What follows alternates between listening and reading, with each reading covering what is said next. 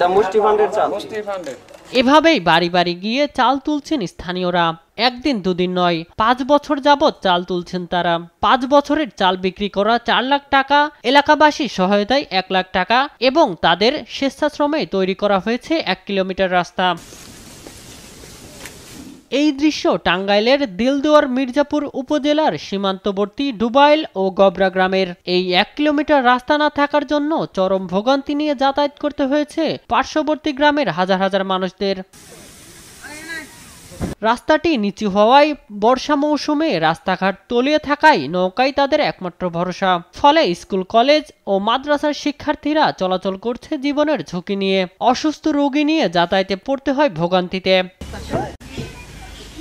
বিভিন্ন সময় জনপ্রতিনিধি ও প্রশাসন ভোগান্তি লাঘবে রাস্তা তৈরির আশ্বাস দিলেও বাস্তবায়ন করেনি। এখন রাস্তাটি পাকা করে দেওয়ার দাবি স্থানীয়দের। আমাদের এই রাস্তায় চলাফেরা কষ্ট হয়, আমাদের ছোটরাও এই রাস্তা দিয়ে চলাফেরা করতে পারে না। বর্ষাকালে আমরা মাদ্রাসা এবং স্কুল এবং অসুস্থ হলে হসপিটালে যাতায়াত করতে আমাদের কষ্ট হয়। বৃষ্টির দিনে রাস্তা দিয়ে হাঁটা যায় না, পানি উঠে। রাস্তার জন্য প্রতি সপ্তাহে আমাদের বাড়ি বাড়ি যায় চাউলের জন্য। আমরা এই চাউলের টাকা দিয়ে জমা করে অনেক টাকা হয়েছিল, ওই টাকা দিয়ে আমরা রাস্তার উন্নয়ন করেছি। চিকিৎসা ক্ষেত্রে আরো দুর্ভোগ, বিগত এই কিছু দুর্ঘটনা ঘটে। প্রশাসন এবং কি কোনো গ্রাম্য যে মেম্বার চেয়ারম্যান এরা কোনো অনুদান আমাদের গ্রামে দেয় না। সপ্তাহে মুষ্টির ফান্ডের আমাদের একটা চাউল তুলি।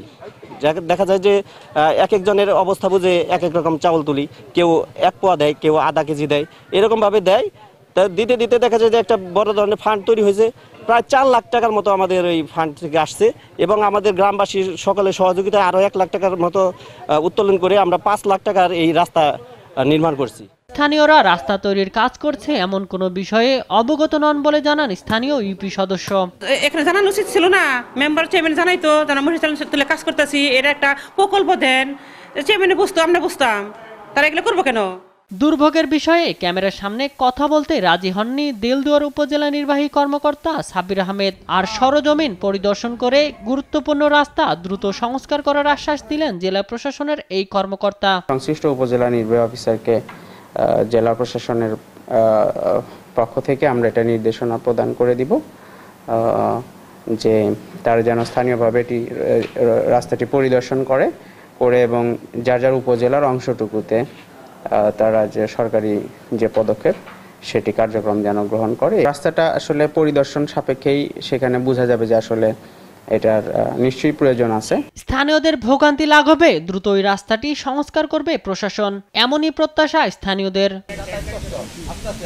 নিউজ ডেস্ক, দেশ টিভি।